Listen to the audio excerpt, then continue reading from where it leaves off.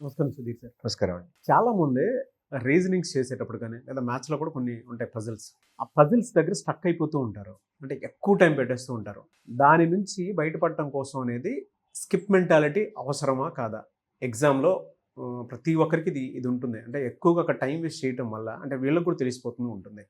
Stuck అయిపోతున్నాను ఎక్కడని చెప్పి skip mentality కూడా ఆటోమేటిక్గా డెవలప్ అవుతుంది. అది ఎంతవరకు కరెక్ట్? దాన్ని ఎలా హ్యాండిల్ చేయాలి? మనం ప్రాక్టీస్ చేసేటప్పుడే ఈ స్కిప్ కొట్టాలా లేదా హోల్డ్ అవుతున్నది ఒక సిచ్యువేషన్ వచ్చిన తర్వాత పజిల్స్లో జనరల్గా ఎలా ఉంటాయి అంటేనండి, సీటింగ్ అరేంజ్మెంట్ రిలేటెడ్ ఉంటుంది, బ్లడ్ రిలేషన్కి సంబంధించినవి ఉంటాయి, తర్వాత దీంతో పాటు కలర్ కాంబినేషను, ప్రొఫెషన్ కాంబినేషన్, దీనిలో క్వశ్చన్స్ ఉంటాయి.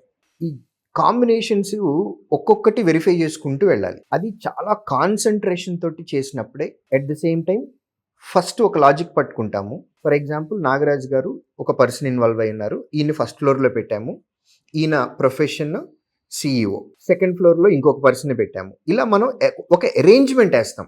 It's a try. సో ఈ అరేంజ్మెంట్ వేసినప్పుడు ఇది వర్కౌట్ అవ్వలేదు అని అనుకోండి, ఇమీడియట్గా దాన్ని మళ్ళీ చేంజ్ చేసేయాలి. ఆ ఇమీడియట్ చేంజ్ చేసే ప్రాసెస్ అనేది చాలా క్రూషియల్ ప్రాసెస్. ఎక్కడ మార్చాలి అనేది పిల్లలకి తెలిస్తే గనక పజిల్ తక్కువ టైంలో అరేంజ్మెంట్ వచ్చేస్తుంది మనకి.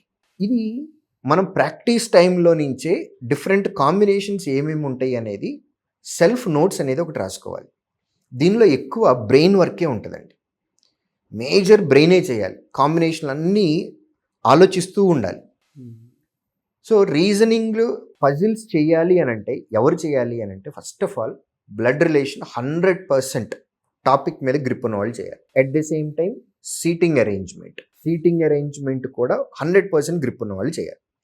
ఈ రెండూ రాకుండా పజిల్ చేయటం అనేది అంత ఈజీ కాదు. సో ఫస్ట్ ఈ టాపిక్స్ మీద 100% గ్రిప్ తెచ్చుకోవాలి.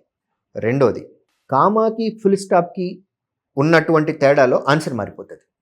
స్పెషల్లీ ఇది రీజనింగ్లోనే ఉంటుంది.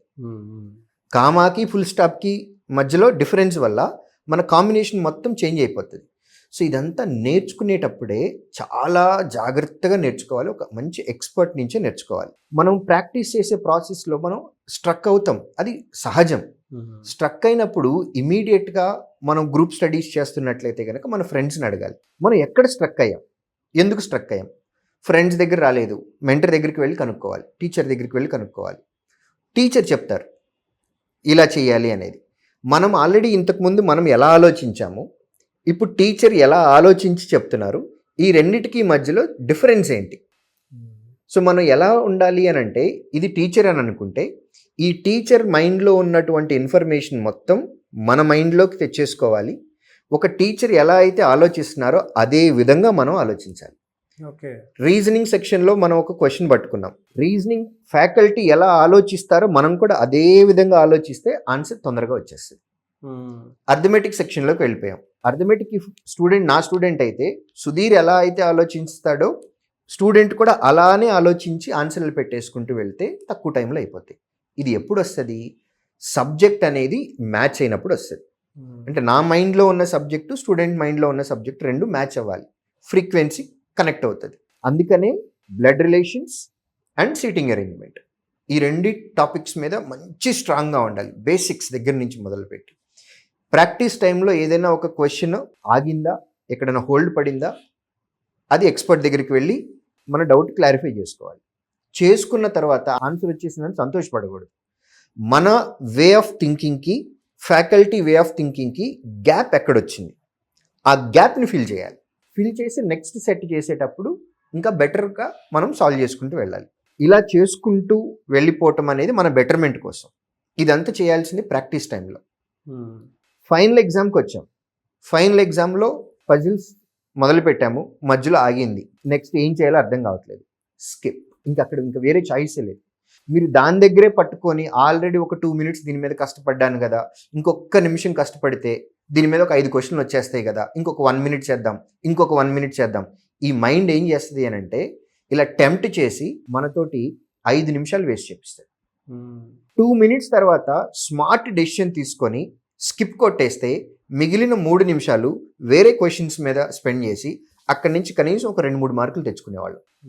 కానీ మన మైండ్ టెంప్ట్ చేయటం వల్ల ఈ 3 నిమిషాలు కూడా పజిల్ మీదే టైం స్పెండ్ చేసి ఫైనల్గా ఈ 5 నిమిషాల్లో మనం 0 మార్కులతో బయటకు వస్తున్నాం. ఏది చేయాలి అని అన్నా సరే నాలెడ్జ్ అప్డేషన్ అనేది ప్రాక్టీస్ టైంలోనే అవ్వాలి. ఫైనల్ ఎగ్జామ్లో ఒక క్వశ్చన్ దగ్గర మనం స్ట్రక్ అయ్యామా, అది పజిల్ అనే కాదండి, ఏ క్వశ్చన్ అయినా అంతే. నంబర్ సిరీస్లో ఉంది, డబుల్ నెంబర్ సిరీస్ ఉంది, రాంగ్ నెంబర్ సిరీస్ ఉంది. కొంత టైం స్పెండ్ చేసిన తర్వాత బ్లాంక్ అవుతుంది మైండ్, రావట్లేదు ఆన్సర్, ఇంకొంచెం ఎఫర్ట్ పెడితే అయిపోతుంది కదా, వద్దు, రిస్క్ తీసుకోవద్దు. రాలేదా, అయిపోయిందేదో అయిపోయింది, అంతవరకు ఆపేసి నెక్స్ట్ క్వశ్చన్కి వెళ్ళిపోవాలి.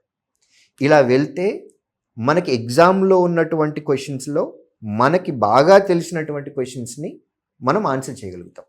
లేదా ఈ ఒక్క క్వశ్చన్ దగ్గరే మనం టైం వేస్ట్ చేసేసుకోవటం వల్ల ఆ తర్వాత వచ్చే క్వశ్చన్స్లో మనకు తెలిసిన క్వశ్చన్స్ చూడగానే పెట్టే క్వశ్చన్స్ కూడా ఉంటాయి, అవి మిస్ అయిపోయాం మనం.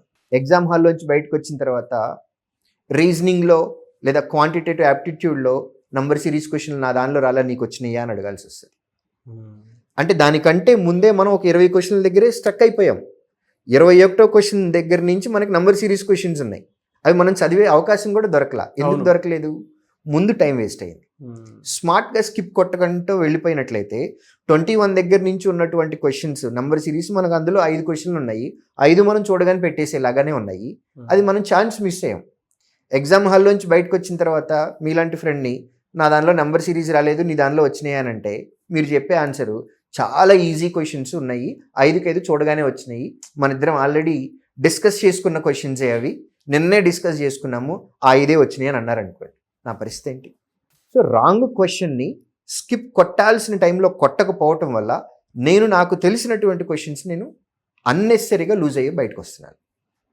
ఈ 2-3 నిమిషాలు నా డెసిషన్ ఏదైతే ఉందో ఆ డెసిషన్ అనేది కాంపిటీషన్లో ఒక 10,000 మంది వెనక్కి నన్ను పడేసింది. So it is very important to skip. ఆ డెసిషన్ కరెక్ట్గా పడలేదా మనల్ని దాటి ముందుకెళ్ళిపోయే వాళ్ళు వేలల్లో వచ్చేస్తారు. సో అందుకని what to pick, what to skip is very very very important. అది ఏ ఇద్దరికి కామన్గా ఉండదు. నా సబ్జెక్ట్ నాలెడ్జ్ వేరు, మీ సబ్జెక్ట్ నాలెడ్జ్ వేరు, నా ఎక్స్పర్టైజ్ వేరు, మీ ఎక్స్పర్టైజ్ వేరు.